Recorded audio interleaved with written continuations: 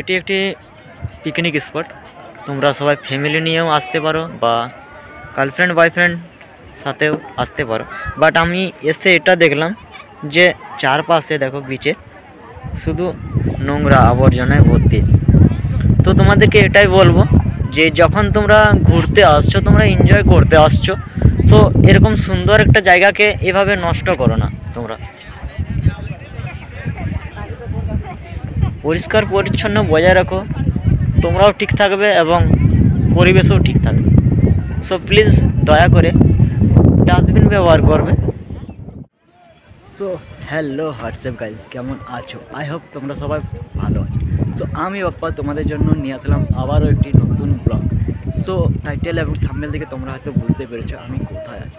So আমি এখন আছি চাঁদিপুর বিচে। সো এটি কোথায় এবং এর ডিটেলস সব ডিসক্রিপশানে দেবো। সো স্কিপ না করে পুরো ভিডিওটা দেখো। আমি এনজয় করছি, তোমরা এনজয় করো। So let's go.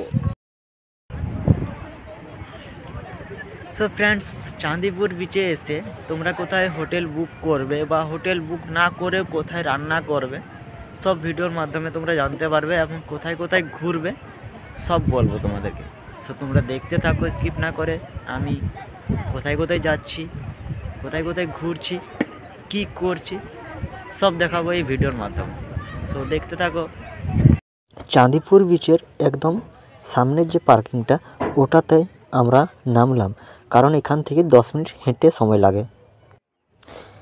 এখানে এই পার্কিংয়ের সামনে রান্না করার ব্যবস্থা, এমনকি হোটেলটাও সামনে রয়েছে। তো সেখানে যাচ্ছি। তোমরা যদি চাঁদিপুর বিচের একদম সামনে হোটেল বুক করতে চাও তাহলে পান্থেয় নিবাস বেস্ট হোটেল। সো এখান থেকে একদম সামনে বিচটা। সো এখানে সুযোগ সুবিধা এসি এবং নন এসি সব রকমের ব্যবস্থা আছে। দেন নন এসি 1000 থেকে 1100 এবং এসি 1400 থেকে 1500-র মধ্যে পেয়ে যাবেন। এবং এখানের রুমগুলো খুব বড়। চাঁদিপুর, উড়িষ্যার চাঁদিপুর। তোমরা যদি প্রিয় মানুষের হাত ধরে ঘুরতে যেতে চাও তো এটা হচ্ছে বেস্ট জায়গা। তো দেরি কেন, চলে এসো এই শীতের মরশুমে ঘুরতে। চারপাশে দোকান আর দোকান, আর একটু পরেই তোমরা দেখতে পাবে সেই সুন্দর বিচ, এক নির্জন সমুদ্র সৈকত। উড়িষ্যার এই চাঁদিপুর বিচ কলকাতা থেকে মাত্র 260 কিলোমিটার।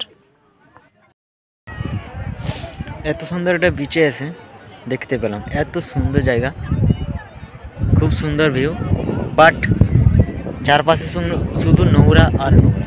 চাঁদিপুর বিচ শুধুমাত্র বর্ষার সময়েই ঢেউ দেখা যায়, বাকি সময় যে তোমরা দেখতে পাচ্ছ অনেক দূরে জল আর ঢেউ কম দেখা যায়।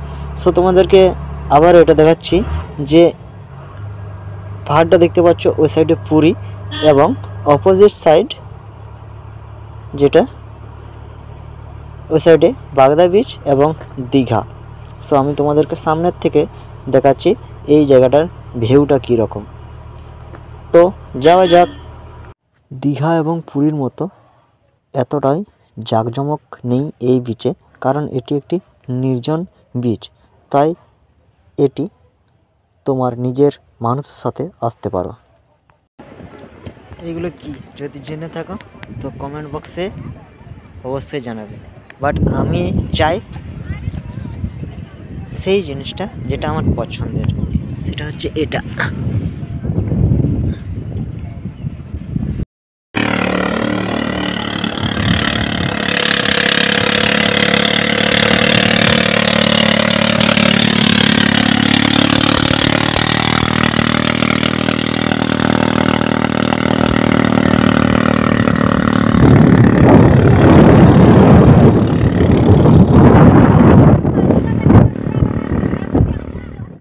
সো ফ্রেন্ডস, আজ এতটাই।